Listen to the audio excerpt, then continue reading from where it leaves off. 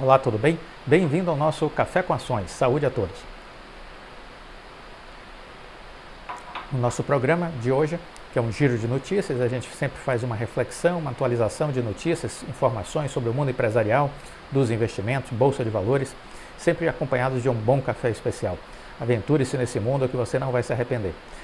Uma notícia interessante: o número de empresas de tecnologia entre as 50 maiores empresas do mundo continua crescendo.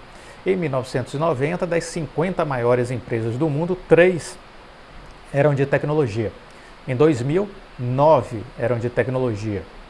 Em 2010, 8 eram empresas de tecnologia entre as 50 maiores. E agora, em 2020, 21 das 50 maiores empresas do mundo são empresas de tecnologia. Então perceba que o mundo está mudando e que existe uma tendência, uma tendência de criação de valor exatamente nesse segmento empresarial, nesse segmento de empresas voltadas à tecnologia. Então, se a gente observa a pandemia, que foi uma tragédia para muitos setores da economia mundial, para este grupo específico de empresas da área de tecnologia, ela não foi um dificultador, muito pelo contrário, ela alavancou o crescimento dessas empresas, porque o digital fez toda a diferença na produção, na geração de vendas, na geração de valor. O valor de mercado das 50 maiores empresas do mundo cresceu 4,5 trilhões de dólares em 2020. 4,5 trilhões de dólares em 2020 foi o crescimento das 50 maiores, em valor de mercado, das 50 maiores empresas do mundo. O mundo também nunca demandou tanta tecnologia e aconteceu um ganho de market share por parte dos gigantes dessa área tech, enquanto a loja do bairro, da rua, acaba fechando. Aqui no Brasil a gente viu isso, 92% do comércio brasileiro está fora do digital, imagine, 92%. Então, a enxurrada que veio com a pandemia, saiu destruindo todos esses estabelecimentos analógicos. Quem não tinha presença digital e era pequeno, fechou as portas. 7 em cada 10 estabelecimentos comerciais em São Paulo fecharam as portas para talvez nunca mais abrirem, de pequenas empresas, entendeu? 70% de mortalidade. Enquanto que quem está, os negócios que estão já na área digital performaram muito bem e cresceram com muita energia. Então, essa é a ideia, Enquanto os pequenos negócios analógicos foram destruídos, quem tinha já uma presença digital utilizando o e-commerce como estratégia, faturou cada vez mais e continua faturando. Esse grupo de 50 empresas, no caso do mundo, das 50 maiores empresas do mundo, tem valor de mercado equivalente a 28% do PIB global. 30 anos atrás era de 5%. Então, as 50 maiores empresas são as gigantes que puxam as economias do mundo. As margens continuam crescendo. Nos anos 90, a mediana de margem versus margem de lucro dessas 50 maiores era de 6,9%, e agora a gente já chega a 28% do PIB. E o que observa-se é essa dominância cada vez maior das empresas de tecnologias. Então, a gente vem verificando o crescimento, é uma tendência mundial e isso serve para que a gente procure entender para onde o mundo está caminhando, e percebendo quais são as empresas que têm chance de chegar lá primeiro, Essa é uma frase do Bill Gates: olhe sempre para onde o mundo está indo e corra para chegar lá primeiro. Então eu acho que isso nos mostra um pouco sobre tendência, As empresas de tecnologia são empresas com grande potencial para os próximos anos. Apenas 4 empresas desse top 50 de 1990 ainda aparecem na lista. Veja que interessante.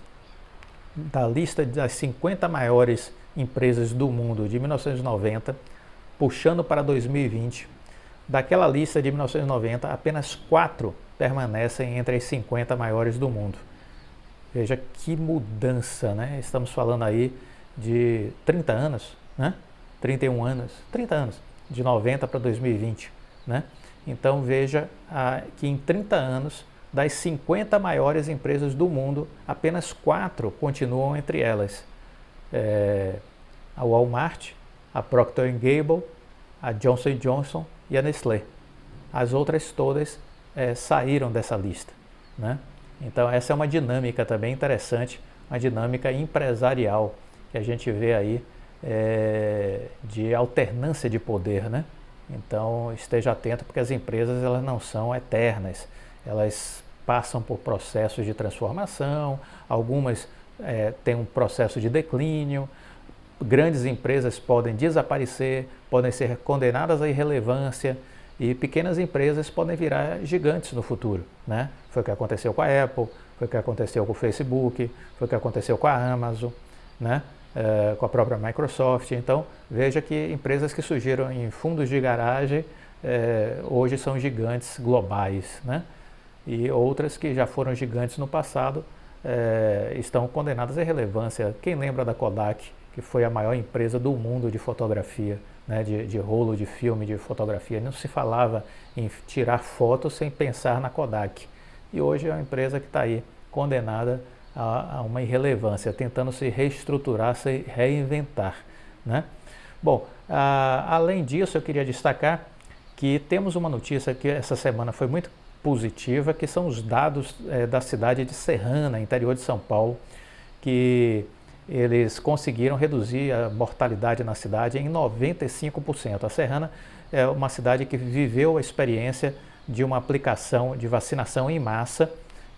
Foi a primeira cidade do mundo que viveu essa experiência e que utilizou aí a vacina do Butantan. E nesse caso, eles estão começando a divulgar alguns resultados. Vacinou-se já 75% da população alvo com 2 doses. E houve uma queda de 95% nas mortes por Covid na região. O número de casos sintomáticos caiu 80%, enquanto houve redução de 86% nas internações pela doença. Tais dados se referem a toda a cidade, não apenas à população que recebeu a vacina.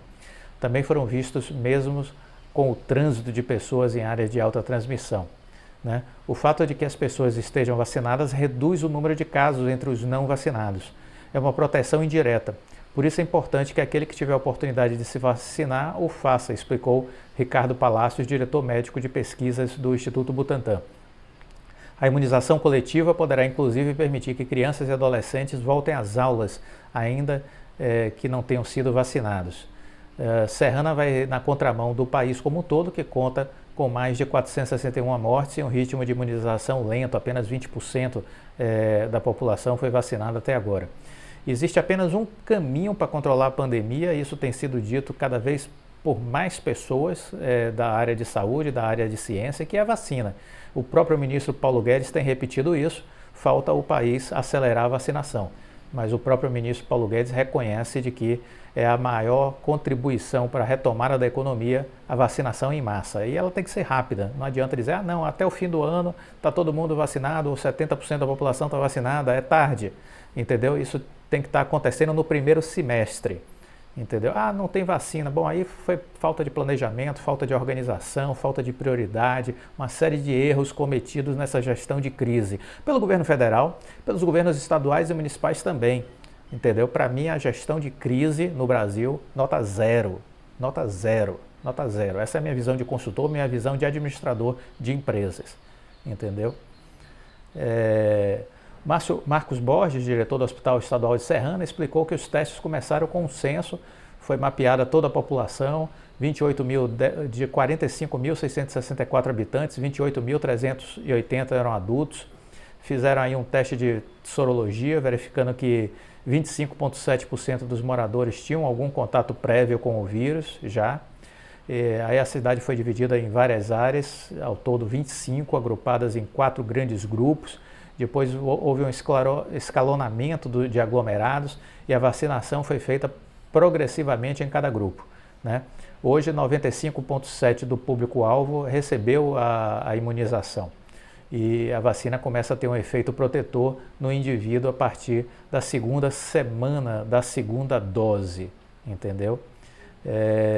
Os efeitos indiretos são percebidos até entre aqueles que não se vacinaram. O terceiro grande grupo teve uma queda antecipada de casos, enquanto o quarto grande grupo teve uma redução importante de casos antes mesmo de completar o esquema vacinal.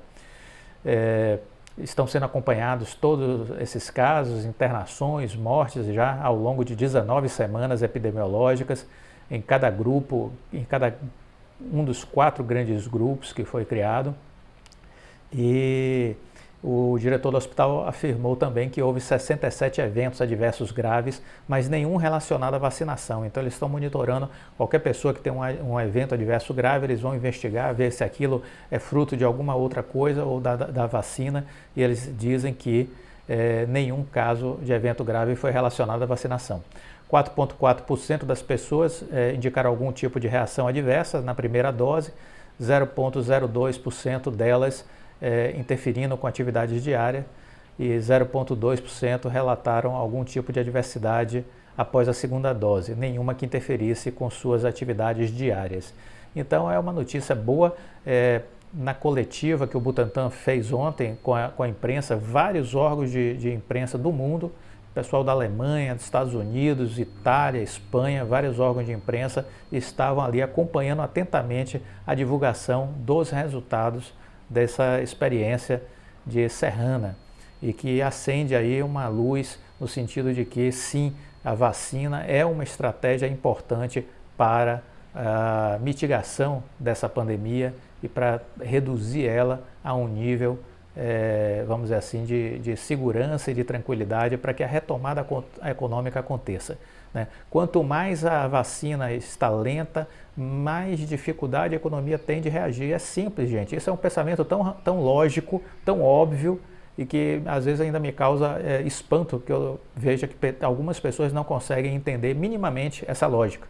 Porque isso é extremamente racional. É como somar 2 mais 2 e encontrar 4, entendeu? Então é vacina no braço que faz com que a retomada da economia aconteça. É assim, não tem outra fórmula mágica, mirabolante, entendeu? Espalhafatosa que possa ser inventada. É essa. E aí a velocidade, os países que estão reabrindo suas economias, que estão acelerando a retomada das suas economias, são os países que vacinaram. É o Reino Unido, é Israel, é os Estados Unidos, entendeu? Ah, são países ricos. Não, é questão de alocar o capital no lugar certo. É simples. Essa história de que o Brasil não tem dinheiro, não sei o que, balela. Dinheiro existe. O dinheiro é mal gasto no Brasil. Esse é outro problema, entendeu? Porque na hora de criar fundo partidário para destinar aí 5, 6 bilhões, no instante assina-se o cheque, rapidamente. Então não é bem assim não, viu? Essa conversa que não tem dinheiro, balela. Não acredite nisso não. O dinheiro existe. Falta prioridade. Bom, esse foi o nosso Café com Ações de hoje. Se gostou, deixe o seu like, compartilhe com os amigos e até a próxima. Tchau.